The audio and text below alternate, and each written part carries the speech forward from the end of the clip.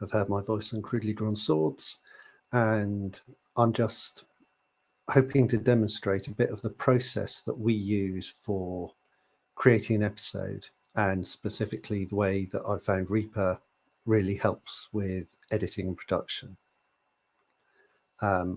Hopefully it won't be too tiresome. I'm not going to edit this, so if it's boring, I'm sorry. So our recording process works by everyone recording locally. When we play a session, we'll play online in Roll20, and then we all upload our local files as .flac files, which gives you a smaller file than a WAV, but it's still lossless, so the quality is all there, which is a mixed blessing because our quality can be a little bit inconsistent. And then whoever's doing the edit for that episode or that session will download all the files, put them in the same place, and then go through some cleanup and then start editing. I used to do the whole thing in Audacity, but now there's only really one part I do. So I'm going to open this. In fact, it expects to open in Audacity, so I don't even need that.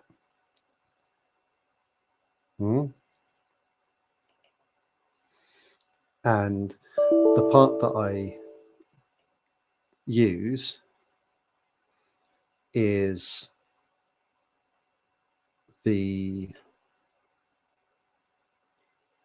I use the RMS normalization. And so what that does is normalization is a way of equalizing loudness, or is a way of equalizing the size. So if I use regular normalization on my waves, what I'll end up with, this is Mag's track, which is usually quite clean.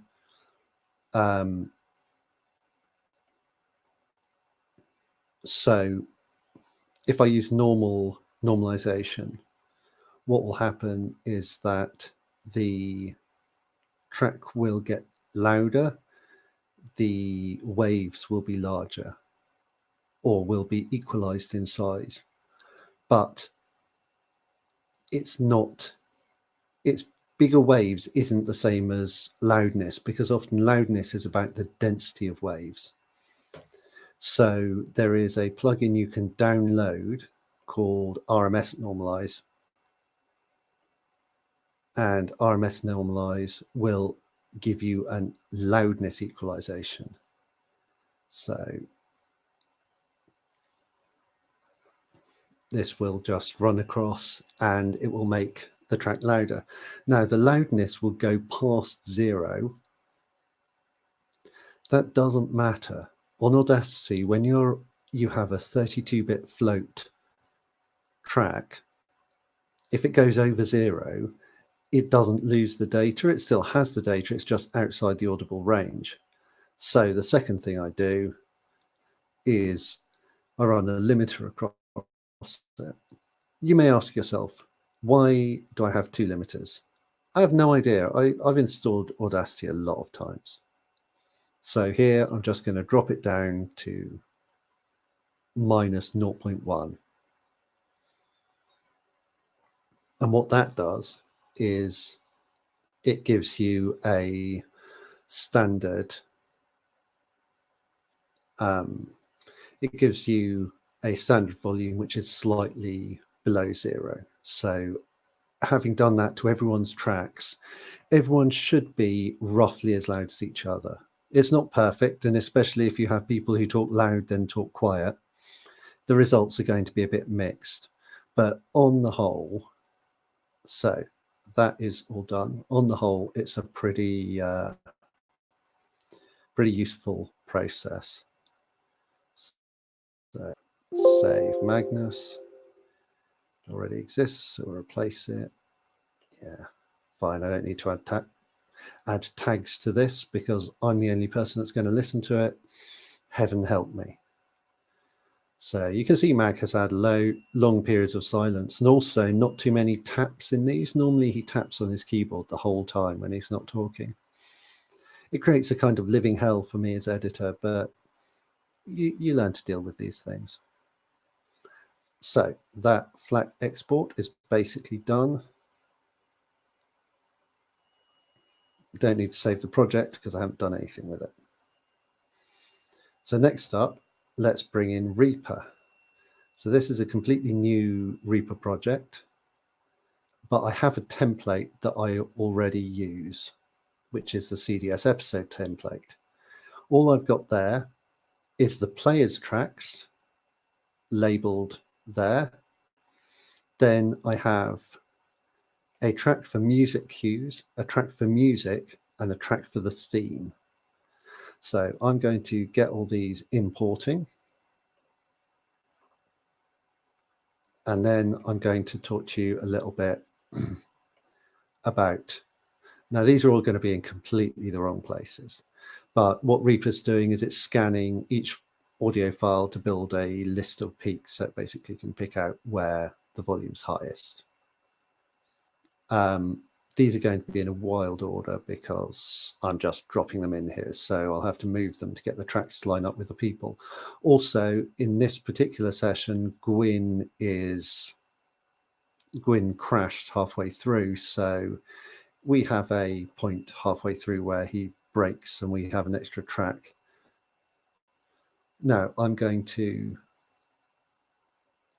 just move these around. So Ben, no, I didn't want to move all of them. Thank you. Great. Now I have moved all of them. We have to move them all down.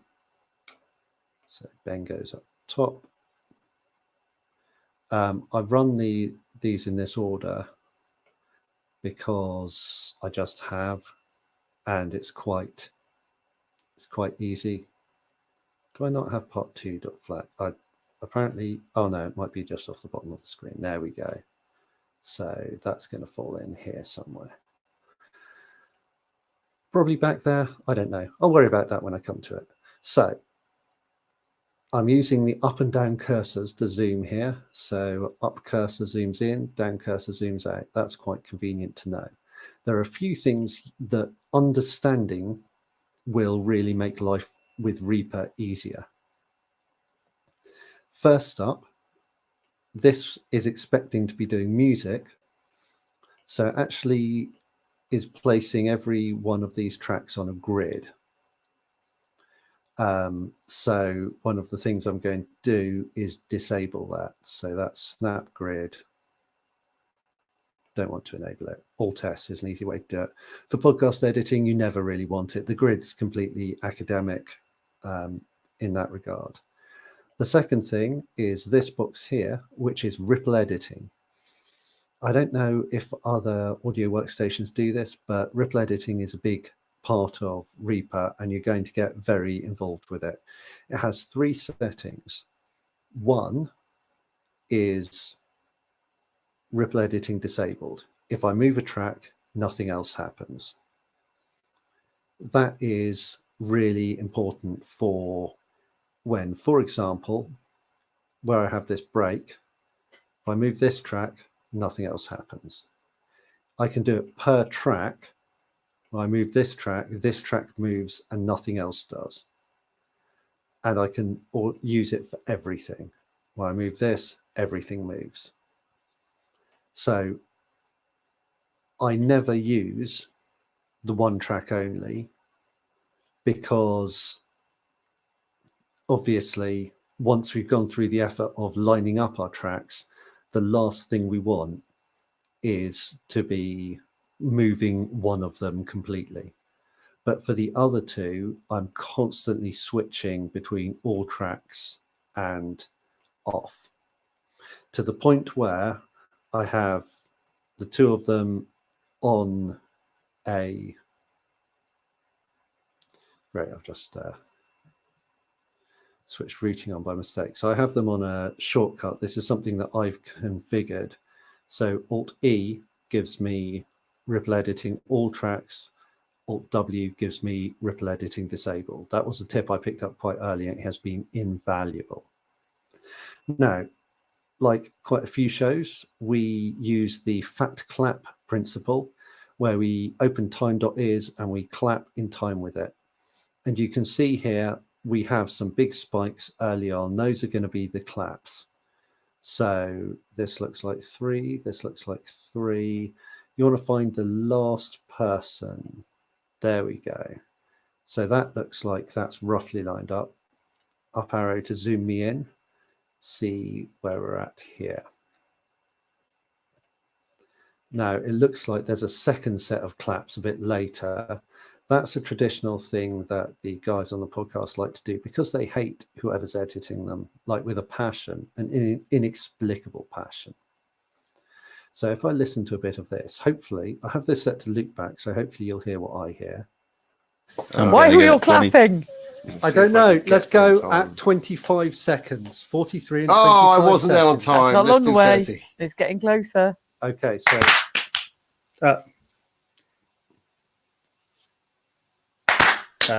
hang on. And 35. Oh, Gwyn, why does time.is not work on your computer? I'm guessing Okay, we'll do that 40. Lucy must be streaming a film in the other room or something. Oh, yeah, that's right. Criticise Lucy. It's surely her fault. So we had a set of claps that didn't work, and then it looks like Stu has restarted. So I'm just moving his along. Let's try this. Does this seem more like it? Ben, Okay, that's settled a little bit. Just really Yeah, close. go from there. let's see if I can Okay, get there in so time. on 10 seconds. I wasn't there on time. Let's do 30. And then 15. No, that's not right. He was actually. I don't even know what he's doing. Let's try this. From there. Okay, so on 10 seconds. And then 15. That clap was bad from me. I've been doing good claps today. That was a good one. Okay. They're solid. Okay, there we go. So those are the right ones. So I can zoom in a bit here and let's see how much we can line these up.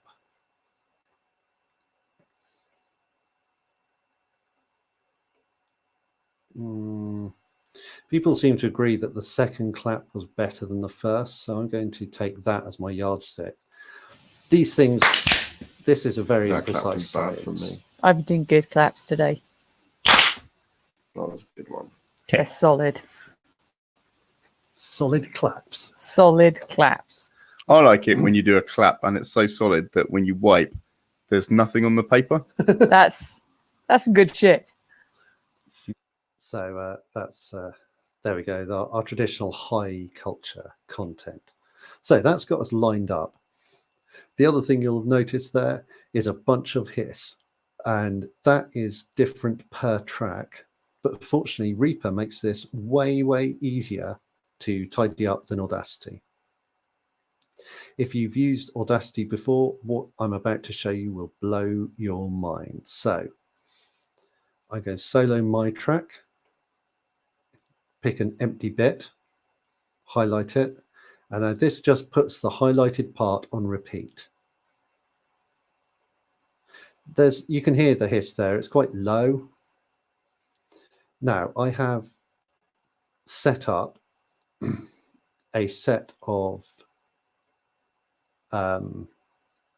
standard effects that I put onto every track, a single track chain here. And what that gives me is EQ, which is a low pass filter. Gives me a dynamics filter, gives me a compressor, and it gives me a gate. I could plausibly get by without the compressor, honestly. I don't use it that much. The big one here is this dynamics processor. It has 5 modes. The one you want to subtract, then you hit automatically build noise profile. Then you hit play and notice that it pulls out so that's just found this. Great, good news. I got a text. That's just found the standard noise level of this. It didn't need to go for that nearly that long. Then you uncheck automatically build noise profile. You will forget to do that. When you do forget to do that, it will cause you to accidentally silence the entire channel, because what this waveform is now is what this will subtract from the track. So this is the same thing that Audacity's noise removal does. But so now if I uncheck the repeat, we can go back a bit to hear a bit of me. Is it still jumping? So now I'm silent because all that fuzz is gone. And the nice thing about that is that if we have, I thought it was just really a clock. There we go. So I can do this. Solo just makes sure that you only hear the one track. You also have mute where you only hear all the other tracks. Solo is effectively mute everyone else. So here's Gwyn's track.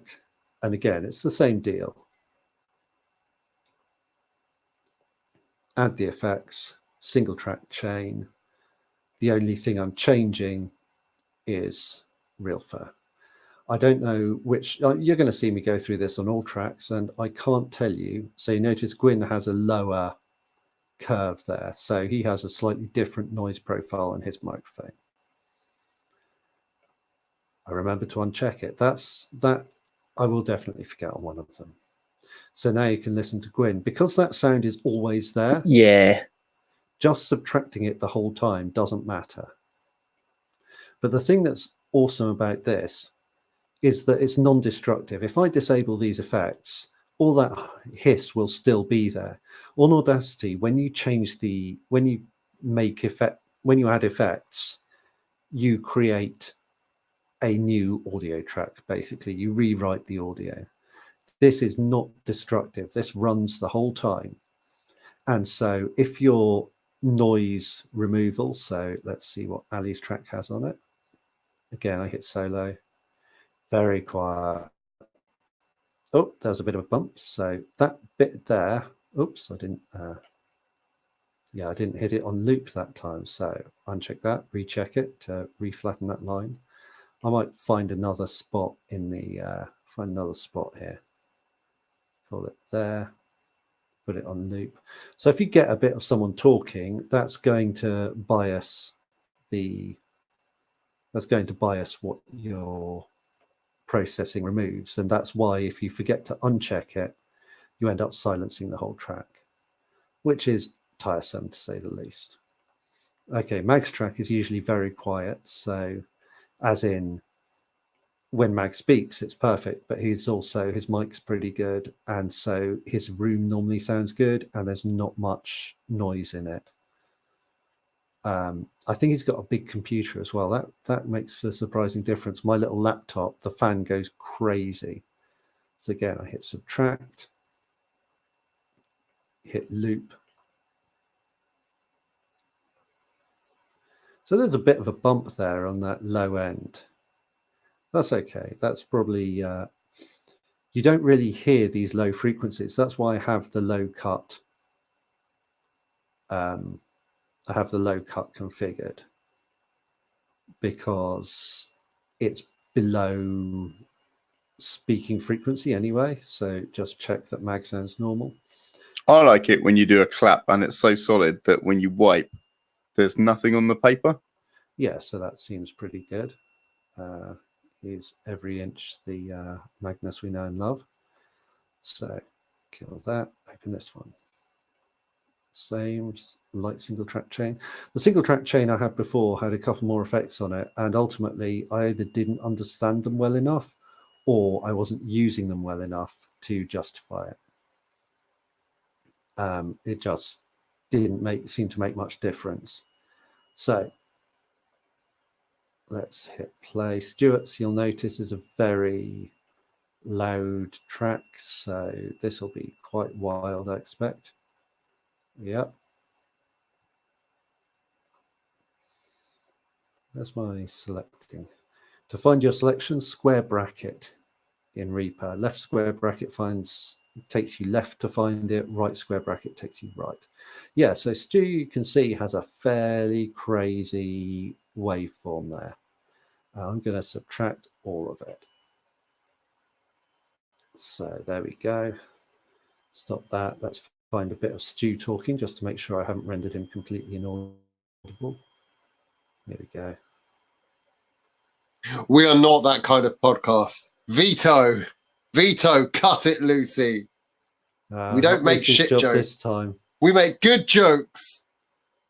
Yep. So that's how all of that sounds. So here's what I can also do. If you just play that again, I can just disable these effects. We are not that kind of podcast. Veto, Notice cut it, Lucy. Going on here. We don't make shit jokes. We make good jokes. So you can hear a bit of hiss, a bit of clattering. Switch that Good. on, those will go. Now, I'm not a fan of those clicks and clatters, so maybe we use the gate. And again, the gate is basically useless on Audacity, because if you have a long track like this, you're going to accidentally, if you run the gate across it, the chances of you killing some audio you want is so high. But now, so that was that second click, I think we can live without.